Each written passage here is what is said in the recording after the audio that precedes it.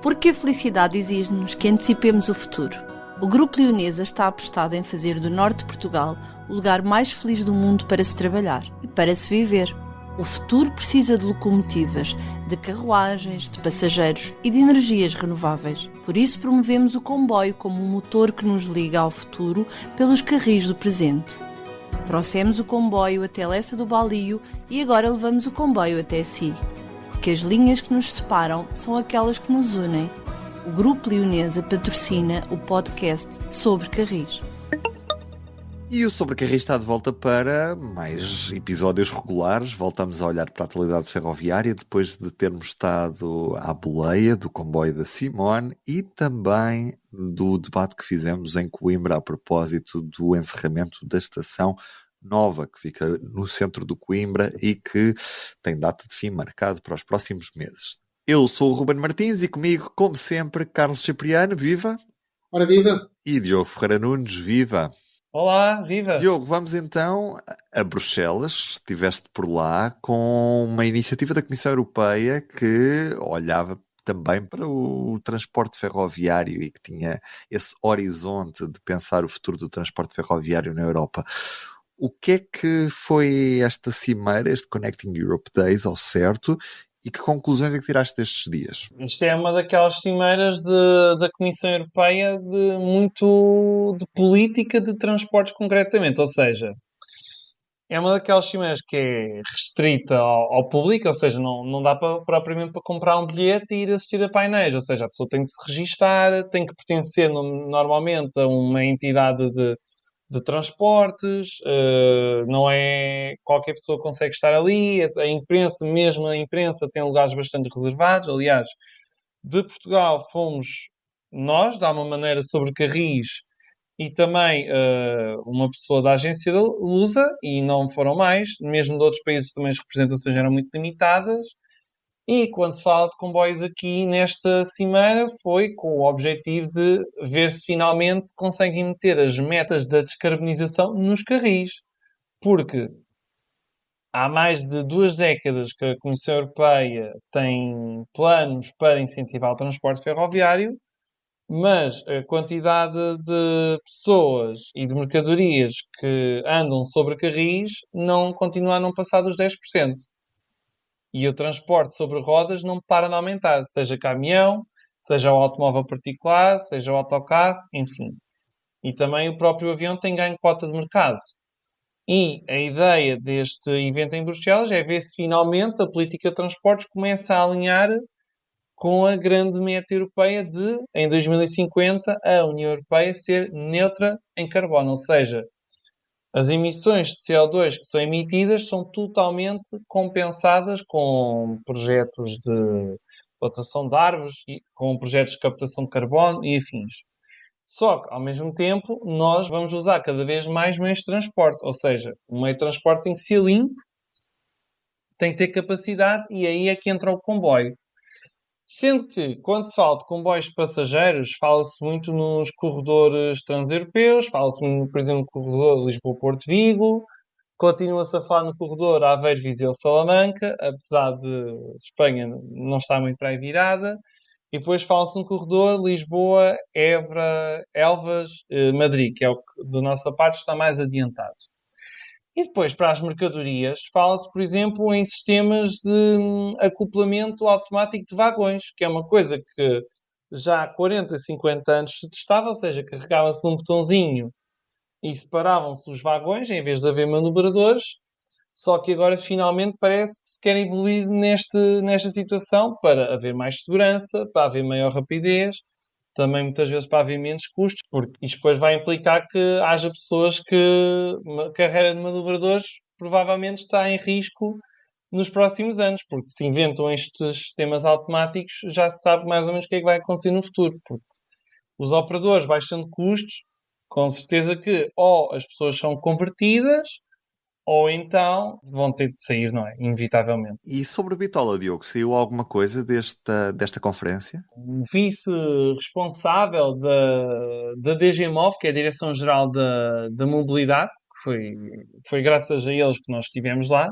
senão teria sido bem mais complicado, convém mencionar. Assinalou a urgência em uniformizar a bitola com a questão também agora da guerra da Ucrânia, porque os países vizinhos da Ucrânia, estamos a falar, por exemplo, dos países bálticos, da Lituânia, Estónia, Letónia, querem aproximar-se ainda mais da União Europeia e, concretamente, do vizinho polaco, do que propriamente dar margem para o vizinho russo. Porque estes países bálticos partilham a bitola com a Rússia, que é uma bitola específica e que também não corresponde ao padrão europeu. O mesmo, por exemplo, acontece com a Finlândia. A Finlândia também não partilha a bitola com grande parte da Europa. E Bruxelas, quem está na política de transportes de Bruxelas, parece ignorar que já há sistemas, como por exemplo cambiadores de bitola, quer para a bitola ibérica, quer para a bitola europeia, e até na Suíça de bitola métrica para a bitola padrão, parece ignorar essas situações. E acaba por se falar pouco da necessidade, por exemplo, de haver um sistema comum, que é o RTMS, para que um comboio atravesse a fronteira sem problemas. Parece que não se fala muito em criar, por exemplo, uma plataforma que permita encontrar facilmente um comboio entre Portugal e França, ou entre Portugal e Espanha, sem ter que andar a saltitar entre as páginas dos operadores. Enfim, os exemplos são infinitos. Carlos, não foste a Bruxelas, mas o que é que tu achas desta solução europeia para a bitola? Acho que é uma visão eurocrática e eurocêntrica do assunto. É mesmo quem está em Bruxelas e vê as coisas a partir dos gabinetes de Bruxelas, porque eu compreendo esta necessidade de uniformização da bitola, que ganhou mais premência com a guerra da Ucrânia, mas obviamente que a ter que ser feito com essa urgência toda, teria que se mudar a bitola em Portugal e Espanha em todas as linhas, ao nível do ramal de fábrica, porque senão o que iríamos fazer era criar mais ilhas dentro da Península Ibérica. E, portanto, quando Bruxelas começar a fazer contas, porque obviamente teriam que financiar essa migração da bitola total, quando começassem a fazer contas, veriam que isto era de facto inaplicável. E como disse o Diogo, e com razão, há soluções, há alternativas técnicas à questão da bitola e, portanto, eu penso que em Bruxelas rapidamente se vão aperceber de que esta urgência, afinal, não é tão urgente e que há soluções para ultrapassar este problema. É porque a União Europeia está muito focada na questão militar. Aliás, esse foi um dos pontos surpreendentemente referidos ao longo deste evento da Comissão Europeia, que as infraestruturas militares já estão a ser incluídas nos corredores transeuropeus. Há claramente aqui uma mobilização para a Europa se defender de eventuais ameaças. E há mesmo projetos de apoio a soluções inovadoras no transporte de veículos militares. Ou seja, não vai haver dinheiro para tudo, vão ter de fazer escolhas. Diogo, tu também aproveitaste esta cimeira para ouvir o Ministro dos Transportes de Espanha, Óscar Puente, que é bastante ativo nas redes sociais, e falaste com ele sobre relações com Portugal, sobre comboios noturnos, e o que é que ele te disse? Basicamente que... Podemos ter esperança de ter um comboio para Madrid ou para Andaia de volta? Com ele não. Com este ministro não. O que é curioso, porque Óscar Puente foi 8 anos, praticamente 8 anos, presidente da Câmara de Valladolid, que era uma das paragens do Sud Express, e sabemos bem como o Sud Express e também a Lusitânia, em certa medida, ajudavam muito a aproximar os países ibéricos, porque, por exemplo, uma pessoa de Coimbra ou uma pessoa na Guarda, muitas vezes era a maneira mais rápida de chegar a Espanha, sem dúvida nenhuma, e sem o Sud Express e sem a Lusitânia, ficou bem mais complicado. E o ministro alega que não há mercado suficiente, não há procura suficiente que justifique a existência destes comboios. Em qualquer dos casos, não tem faltado a existência de novas linhas de autocarro, precisamente nesse eixo, e muitas delas noturnas. Portanto, pode obviamente não ser a procura equivalente a um comboio, mas não faltam passageiros para esse eixo. Sim, mas o cenário mudou bastante em relação a 2018, 2019 e 2020. Há cada vez maior preocupação das pessoas em serem mais sustentáveis. Há também outra valorização do tempo passado no comboio. Há também a necessidade de, às vezes, desacelerar um pouco e não usar sempre um avião. Há várias opções. Carlos, o que é que tu achas sobre isto? Bom, eu acho que a postura do ministro Oscar Puente vem na linha da sua antecessora. Portanto, é basicamente isto. Tudo pela alta velocidade, nada contra a alta velocidade. A Renfe está centrada nas suas linhas de alta velocidade, continua a secundarizar a rede convencional, onde estariam incluídos os comboios noturnos, e, por outro lado, estas respostas dele à entrevista que o Diogo fez mostram também algum desprezo pelo país vizinho, que é Portugal, porque, obviamente, não tendo nós linhas de alta velocidade, não temos outra forma de comunicar por via ferroviária com Espanha, a não ser através das linhas convencionais, e Óscar Puente está-se perfeitamente nas tintas para o comboio convencional. E depois tem aqui, na entrevista que deu, algumas pérolas, como dizer que se houvesse assim tanta procura, os comboios noturnos seriam viáveis. Mas, afinal, o que é isto? O que é os comboios noturnos serem viáveis? No fim de contas, está alinhado com o que diz a Comissária Europeia, que coloca tudo nas mãos do mercado. Diz que, sim senhor, os comboios noturnos são muito importantes, que é importante retirar tráfego aéreo nas médias distâncias, mas depois não toma nenhuma iniciativa, recusa-se a subsidiar a implementação de comboios noturnos e deixa tudo nas mãos do mercado. E, portanto, quando nós sabemos que o transporte aéreo é altamente subsidiado, nomeadamente o low cost. É altamente subsidiado, não é? E depois há esta recusa em ajudar a relançar os comboios noturnos, apesar de todas as vantagens que eles têm do ponto de vista ambiental. E, portanto, eu só me resta lamentar estas declarações de Óscar Puente e penso que continua de Espanha a não vir, não digo nem bom vento nem bom casamento, mas não vêm claramente boas notícias no que diz respeito à ferrovia. Vamos ouvir em excerto o ministro numa entrevista do Diogo Ferreira Nunes. Quando é que vai falar com Portugal sobre as ligações internacionais? He tenido una reunión hace muy poquito tiempo con el embajador de Portugal en España. Hace poco he viajado a Lisboa, he estado 5 días, he estado hablando también con nuestro embajador allí y creo que pronto tenemos un encuentro. Estábamos esperando que se formara gobierno para entablar ya un diálogo con el nuevo gobierno. Creo que hay ya nuevo ministro de Transportes y pronto tendremos una reunión. E o facto de o governo ter mudado do PS para o PSD vai mudar alguma coisa? Para usted. Espero que no haya cambios. La relación con Portugal ha sido muy buena hasta ahora. Quizá por eso tengo más necesidad de hablar con Francia, porque es más complicado. Pero espero que no haya cambios y que la relación sea igual de buena. Y yo creo que los dos países tenemos objetivos comunes y compartimos muchos proyectos, con lo cual espero que sea una buena relación. A CP e a Renfe vão continuar a ser parceiras ou a Renfe vai avançar sozinha para Portugal? Bueno, tenemos que discutirlo, ¿no? Depende de la liberalización que afronte Portugal, pero Renfe obviamente es una compañía que se está expandiendo a nivel internacional y allá donde tenga oportunidad de operar lo va a hacer. Quer retomar os comboios noturnos? Tem alguma ideia sobre isso? Los problemas de los trenes nocturnos en este momento son de dos tipos. Por un lado, financieros, porque son trenes que pierden dinero y por tanto son trenes que necesitan de un apoyo externo, público. Y tienen un problema de operatividad, porque en este momento pues el mantenimiento de la mayor parte de la red se hace por la noche y eso hace difícil combinar la operatividad de estos trenes con ese mantenimiento. Pero bueno, es algo que demanda un determinado número de gente, que yo creo que hace más ruido que luego lo que realmente representa, ¿no? Porque si fuera tanta gente, los trenes nocturnos serían viables y serían económicamente factibles, y no lo son porque no hay la demanda suficiente. Pero bueno, es un tema que evidentemente hay que considerar, ¿no? E sobre a ligação Porto-Vigo, alguma novidade? Bueno, vamos a ver ahora si hay un impulso. Hay 4 conexiones entre Portugal y España que son importantes: la conexión por el norte con Porto, la conexión con Salamanca, la conexión a través de Badajoz con Madrid y la conexión por Huelva, ¿no?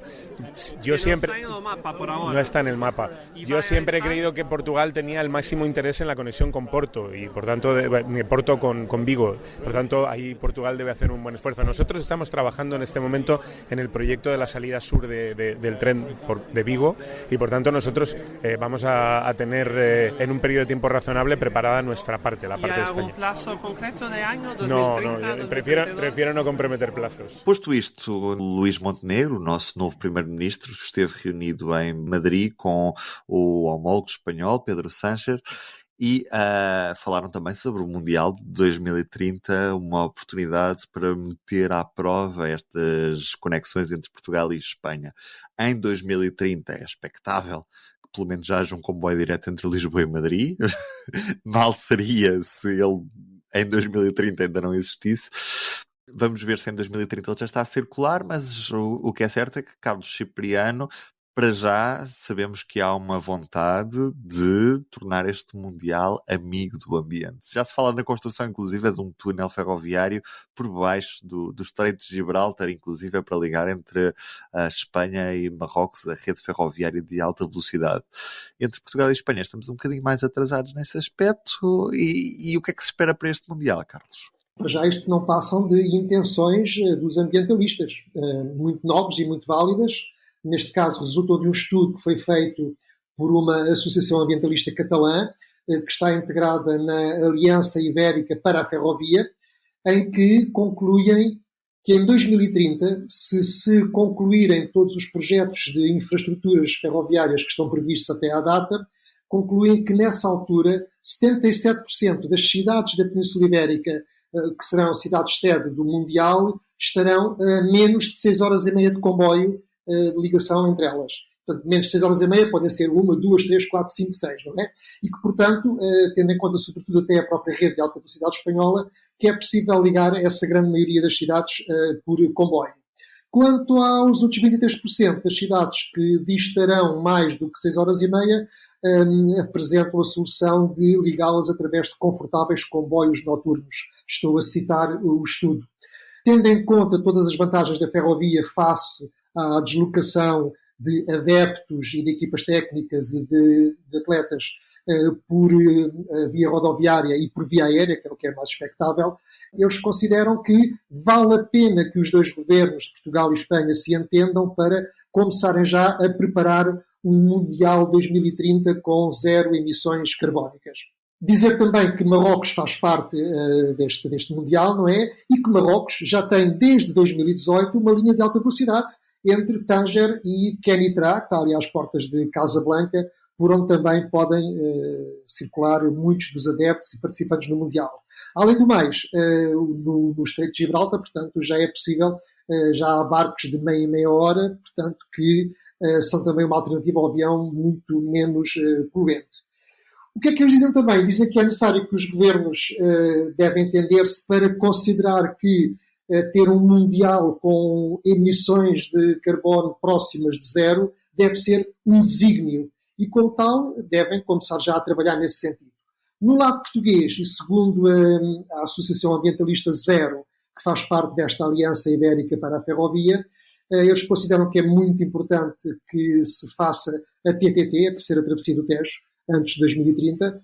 Recordam que a Ponte Vasco da Gama, que do ponto de vista do ordenamento consideram que foi um erro, eu por acaso também considero, nessa perspectiva, que foi construída em menos de 4 anos e, portanto, à partida nada impediria que se fizesse até 2030 a Terceira Travessia do Tejo.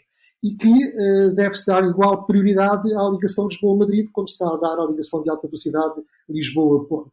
E, portanto, isto é o que está em cima da mesa. Ruben, se perguntares a minha opinião, eu respondo com o meu habitual ceticismo. Não acredito que isto aconteça, não acredito que tenhamos alta velocidade em 2030 e não acredito na vontade dos governos em desenvolver as ligações ferroviárias, mesmo com esta bandeira do Mundial no horizonte, porque basta olharmos para o que aconteceu em agosto passado com as Jornadas da Juventude, em que muitos e muitos milhares de pessoas vieram de Espanha para Portugal e não se realizou um único comboio e, portanto, tudo se passou como se praticamente não houvesse comboios ou não houvesse, porque, de facto, comboios não existem. O que há é linhas férreas entre Portugal e Espanha, não é? E, portanto, a ferrovia não foi chamada a participar na deslocação dessas pessoas e, portanto, eu manifesto aqui mais uma vez o meu ceticismo.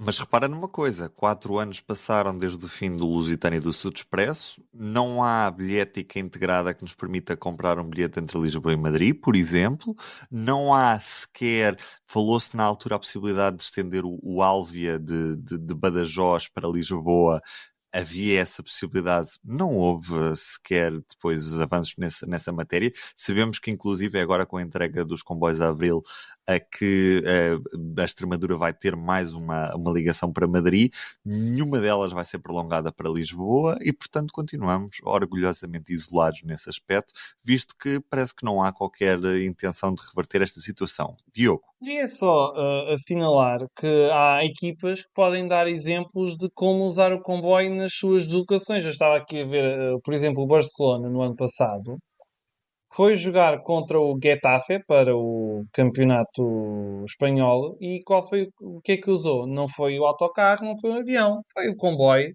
foi um AVE da rede, comboio de alta velocidade para fazer viagem. Agora, no outro dia, por exemplo, circularam imagens da equipa da seleção portuguesa de futebol masculina que foi de viagem para Guimarães, como de autocarro, fez paragem na área de serviço do Pombal, andou a tirar fotografias. Mas quer dizer, se a própria seleção portuguesa de futebol não dá o exemplo, como é que estão à espera que estes desígnios das associações ambientalistas se cumpram? Eu, por exemplo, nos últimos dias estive a ver o documentário do Manchester City, que está nas plataformas de streaming, e várias vezes eles têm de jogar em Londres e várias vezes eles vão de comboio também. Agora, eu não me lembro de ver o Benfica ou o Sporting irem de Alfa ou do Intercidades para o Porto.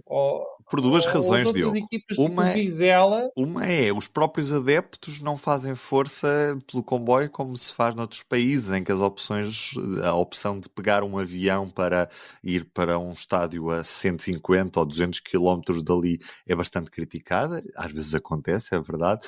E depois também porque as próprias operadoras ferroviárias se organizam com os clubes para oferecer esse serviço. Em Portugal é algo que também não acontece, não é? Porque podemos dizer, o Benfica ou o Sporting ou o Porto não fazem isto, mas podia existir clubes mais pequenos, também clubes de Primeira Liga, que optavam por fazer uma viagem deste aspecto, não é? E que certamente fariam. Estou a pensar no Vizela, estou a pensar num clube como o Vizela, que tem um estádio não muito longe da estação de Caldas de Vizela, acho que é este o nome da estação, na linha de Guimarães. Por exemplo, no outro dia, quando viaja para os seus jogos, isto é, para os jogos do Vizela, para fora, podia usar o comboio, por exemplo.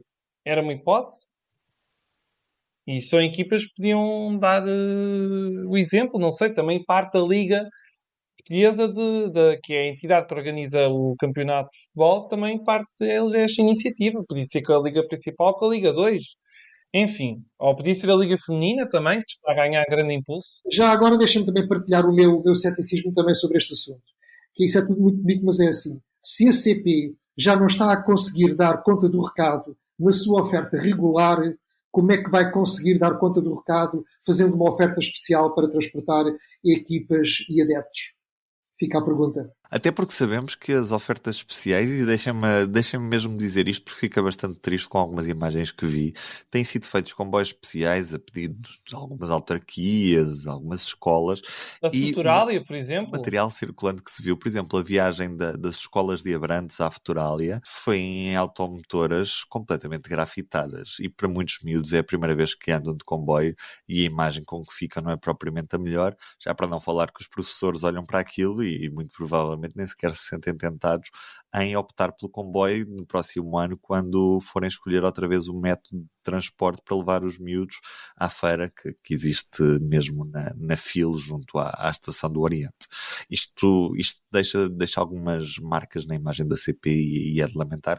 Obviamente que é muito difícil controlar os grafiters que existem e que estão a atacar um bocadinho automotoras em todo o país, inclusive já o fizeram também no metro de Lisboa, e esta situação é preocupante, mas também a CP tem de ter algum cuidado. E também na Europa, atenção. Claro, obviamente.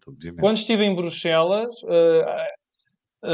basta passar 10, 15 minutos na Estação Central de Bruxelas e o que não falta são comboios grafitados. E não é pouco, atenção. Portanto, isto é um problema. Tem de ser tomadas medidas mais punitivas nesse aspecto.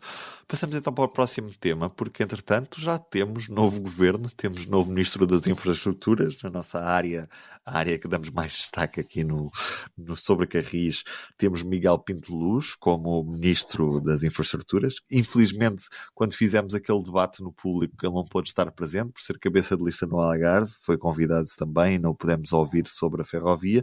temos, obviamente, também muito interesse para saber o que é que pensa o novo ministro sobre a ferrovia e o estado das coisas. Sabemos que, pelo menos, há o compromisso de cumprir com o Plano Nacional de Investimentos 2030, ou seja, aquilo que estava a ser executado, o projeto para alta velocidade, todas essas coisas, o novo governo compromete-se a cumprir. Depois temos também o secretário de Estado das Infraestruturas, Hugo Espírito Santo, e Cristina Pinto Dias será a secretária da Mobilidade. Carlos Cipriano, este nome não tem nada estranho. Porquê é que diz isso, Ruben? Porque em 2015 escreveste uma notícia sobre a saída de Cristina Pinto Dias da CP, que não foi nada isenta de polémica, Carlos. Sim, essa notícia foi agora replicada por vários órgãos. Em 2015 escrevi que Cristina Dias, à data vice-presidente da CP, saiu da CP com uma indenização por rescisão do contrato de 80 mil euros para ir trabalhar para a AMT, onde foi ganhar 3 vezes mais. Cristina Dias era quadro da CP, como economista, mas era na altura vice-presidente da empresa. E, portanto, quando pede a rescisão, aproveita-se do facto, na altura, a empresa de estar a decorrer na empresa um conjunto de rescisões com os trabalhadores da empresa, para também ela, enquanto trabalhadora, enquanto quadro, rescindir o contrato e receber uma indenização. No entanto, Cristina Dias não era revisora, nem empregada numa biteira, nem maquinista, era vice-presidente da empresa. E, portanto, resolve descer por algum momento à categoria de trabalhadora, ou de colaboradora, se quisermos, como agora se diz, para depois negociar o contrato e sair da empresa. Eu suponho que não terá participado na reunião do Conselho de Administração em que tal decisão foi tomada, mas obviamente que este tipo de rescisões de contrato não se destinavam aos administradores da empresa nem aos altos quadros. E, portanto, se me perguntarem se tudo isto foi legal, sim, terá sido legal, apesar da trabalhadora querer ter saído de sua livre iniciativa e porque estava convidada para ir ganhar 3 vezes mais, mas do ponto de vista ético, obviamente que não é correto. E, portanto, na minha opinião, Cristina Dias não tem condições éticas nem políticas para exercer o cargo de governante de secretária de Estado da Mobilidade. Diogo, qual é que é a tua visão sobre este novo elenco governativo do governo de Luís Montenegro, especificamente nesta área das infraestruturas?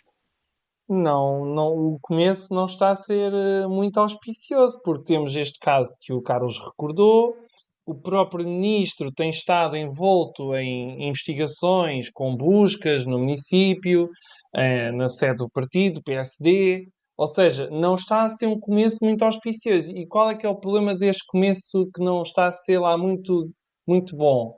É perda de autoridade. Isso é uma coisa que o Estado e o Governo têm de voltar a ter, é autoridade na área dos transportes, porque senão há outras empresas públicas, nomeadamente uma situada no Campos do Pragal, que está prontinha para fazer isso, que é o que se tem visto nos últimos anos e que nós já comentámos diversas vezes nos nossos podcasts, que é perceber quem é que manda de facto, se é a IP, a Infraestruturas de Portugal, ou se é o Governo, o IMT, a Autoridade da Mobilidade e dos Transportes, porque se temos ministros e equipas governativas que não estão totalmente à prova de enfrentar estas situações, como é que depois podem fazer peito, salvo seja, e impor-se em determinados contextos? E isto em política de transportes é crucial.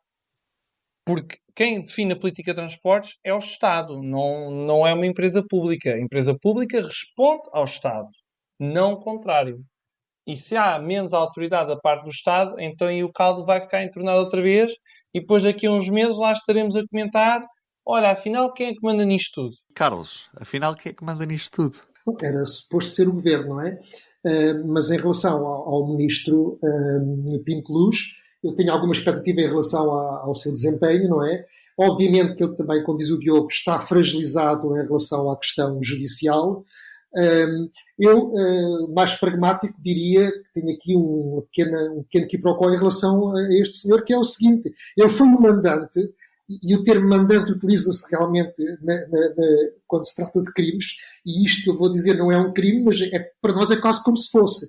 Portanto, ele foi um mandante de um estudo chamado Estudo de Viabilidade Preliminar para a introdução de um corredor de BRT na linha de Cascais. Portanto, o Ministro das Infraestruturas foi, enquanto membro do Executivo da Câmara de Cascais, foi o tal mandante de um estudo para ver a viabilidade de transformar a linha de Cascais num BRT. Portanto, tínhamos medo. Bom, eu espero que ele, entretanto, já tenha percebido ou que alguém tenha explicado que, de facto, isso não seria uma boa ideia, mas tenho algum receio do que aí vem.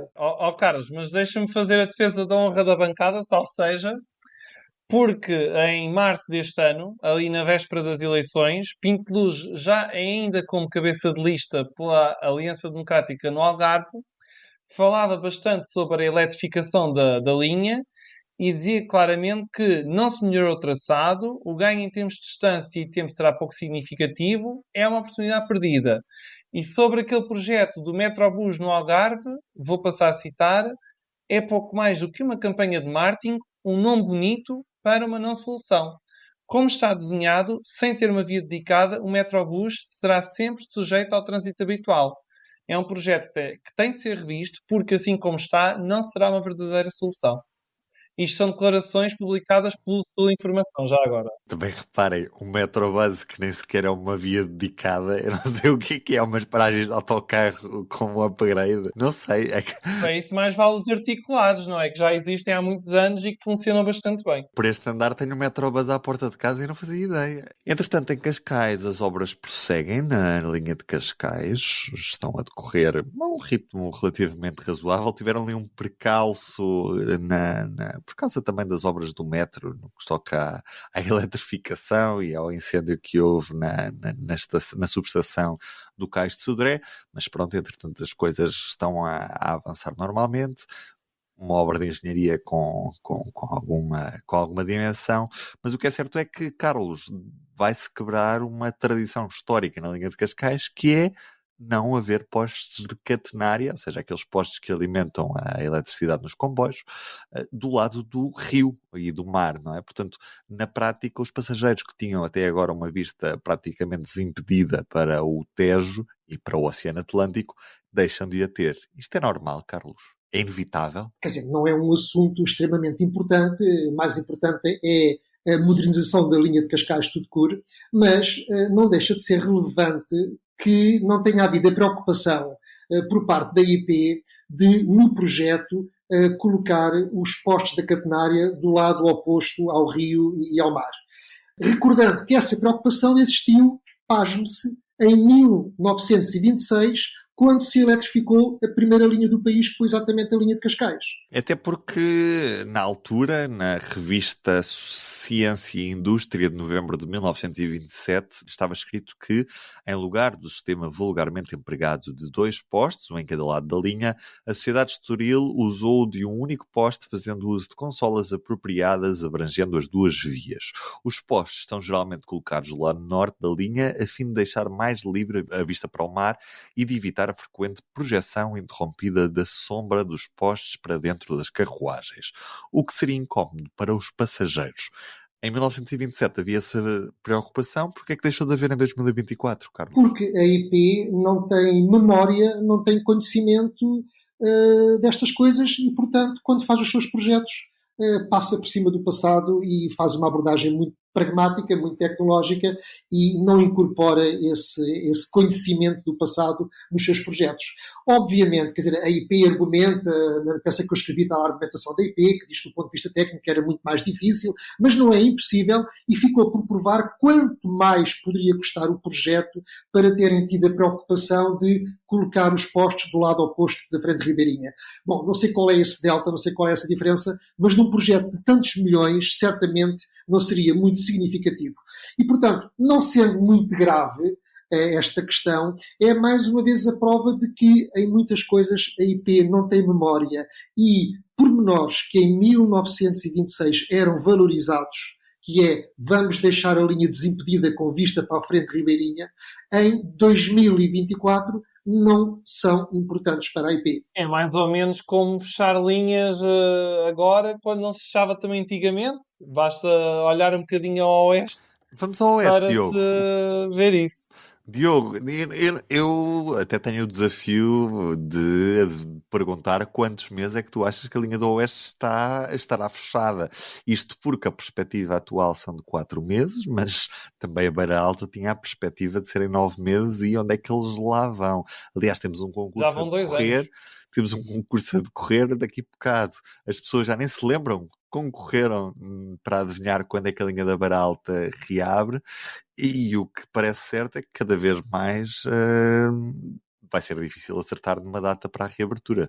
Sobre o Oeste, cá esperamos, não é? O pior nisto é que parece que não há um grande incómodo público, não há assim um grande clamor por se andarem a fechar linhas por causa de obras, que é uma coisa que também a mim entristece-me particularmente, porque o comboio, para muitas pessoas que os utilizam, é vital na maneira como se deslocam dia a dia, casa-trabalho, para outras necessidades. Mas depois, aquilo que chega à comunicação social, que é aquilo que muitas pessoas fora desses locais consomem, praticamente não se tem nada. Não há um clamor, não há... Também pelo papel da linha do Oeste, não é, Diogo? Imagina, a linha do Oeste, antes deste encerramento, tinha poucos passageiros durante o dia, não é? Portanto, se fosse, obviamente, uma linha de Sintra a fechar, ou sei lá, o túnel do Rossio durante Isso nem X tempo, acontecia. A linha de pronto. Sintra. Não, mas o que fosse, ou seja, imagina, o túnel do Rossio teve uma série de anos fechado, não é? E aí o incómodo para o passageiro era muito grande. Aqui a linha do Oeste, infelizmente, caiu no esquecimento, mas o primeiro a esquecer-se dela foi a operadora, a CP. É isso que me leva a dizer que até não seria muito grave que a linha do Oeste agora fechasse de Melessas às Caldas da Rainha, mas por um período, por exemplo, de 6, 7, 8 meses, por exemplo, até ao fim do ano. Eu até nem me importava que fechasse tudo durante este tempo todo, mas que reabrisse Está boa. totalmente modernizada. Que quando reabrisse estivesse totalmente eletrificada, com sinalização, com tudo. Mas isso é impossível. E basta ter esta pequena amostra deste encerramento de 4 meses, que à partida era só para fazer o rebaixamento do túnel da sapataria. Mas, entretanto, aquilo que era para ter sido uma interrupção só entre Malveira e Torres Vedras, a IP decidiu que seria entre Melessas e Torres Vedras. Eu diria, nada contra se isso permitir acelerar os trabalhos. Mas o que é que vai acontecer? Vai acontecer que, daqui por 4 meses, se forem só 4 meses, a linha reabrir, a única coisa que terá sido acabado terá sido a renovação da plataforma de via. Portanto, nem sequer vai reabrir com o troço Melessas-Torres Vedras eletrificado. E, portanto, quer dizer, nós já estamos contra a partida que se fechem linhas para fazer obra. Mas sendo inevitável, pois então que se fechem. Mas já agora que as equipas trabalham 24 horas por dia. Mas o que nós verificamos é que vão trabalhar das 9 às 5 e aos fins de semana fica tudo parado. E, portanto, temos uma infraestrutura que faz falta ao país e que está mais de metade do tempo parada quando as obras só decorrem numa terça parte do tempo. Por fim, ainda que até ao fim deste ano, como diz a IP, esteja concluída a modernização da linha, a eletrificação da linha até às Caldas da Rainha, a sinalização e as telecomunicações vão ficar para as calendas. Tal como, aliás, aconteceu na linha do Minho e tal como aconteceu no Douro, entre Caíde e Marco. E, portanto, isto é uma modernização a prestações, devagar e devagarinho, que vai somando atrasos e que não tem luz ao fundo do túnel. E para fechar este episódio vamos a Leixões, porque entretanto temos novidades. Já na última entrelinhas conhecemos essa vontade da CP iniciar a operação nesta linha, que neste momento, apesar de eletrificada, fazia apenas serviço de mercadorias. E Carlos Cipriano, como é que será a operação da linha de Leixões com este protocolo assinado agora? A única novidade é que há um protocolo assinado entre 3 entidades, a CP, a IP e a Câmara de Matosinhos, que, trabalhando em conjunto, poderão, até ao fim do ano, segundo o protocolo, reabrir a linha ao serviço de passageiros com apenas 2 comboios por hora, sendo que só um deles é que seria direto entre Ovar e Lessa do Baliu, e o outro seria só entre Campanhã e o fim do ramal, e portanto ali com uma ruptura de carga em Campanhã. Bom, é claramente um serviço coxo, e confrontam-se aqui 2 teses. Uma tese que diz que é melhor começar já por aqui numa política de pequenos passos, porque isto vai ser um êxito tal e a procura vai ser tanta que vai obrigar a novos investimentos para que a frequência aumente e, portanto, é aqui uma visão otimista de que haverá logo muita procura mesmo só com 2 comboios por hora.